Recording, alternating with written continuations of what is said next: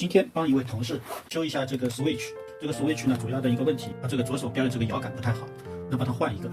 那个要换的配件呢，已经买好了，网上买的，然后我们给它给换上去。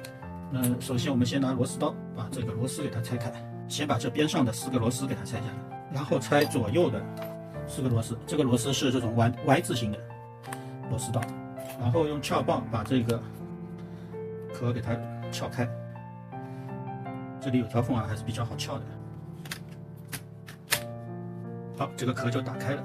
接下来我们就开始拆这个平地罩上的螺丝。它这个螺丝是银色的啊，这一颗是比较长一点的。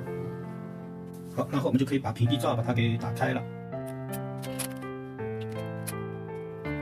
那首先我们要把这个排线先给它给松掉。好，取出来。然后这里就是电池排线的一个接口啊，把它给松掉。这个的话，从下面给它上去，往上挑，好，松开了。好，接下来呢，我们把这个排线给它取下来。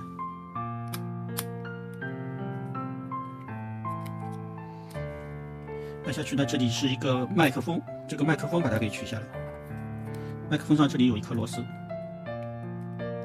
这个螺丝也是比较长的。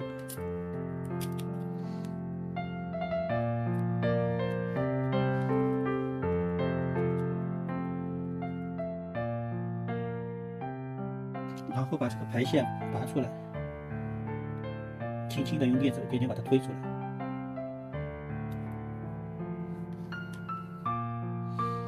这一个排线也是，这几个螺丝给它拆下来。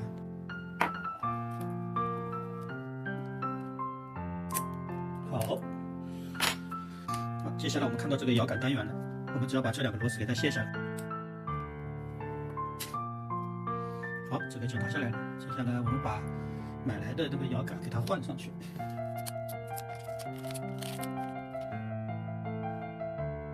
方方面都是一样的啊。按下去就是挨个的去把它组装回来。这个排线给它装上去了，这个尖角也试了一下。好，现在我们这个里边的这些全都复原了，排线接上了，然后这个麦克风也接上了。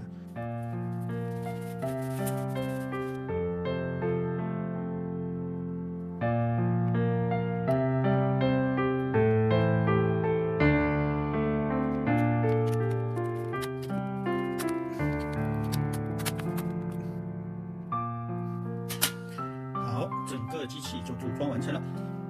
那我们测试一下。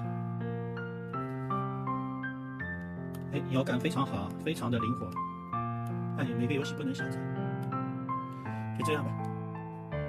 经过简单的更换，这个 Switch 的摇杆又能正常使用了，玩起来也不会再发生漂移的问题了。那大家如果摇杆有问题的话，可以自己动手换一下。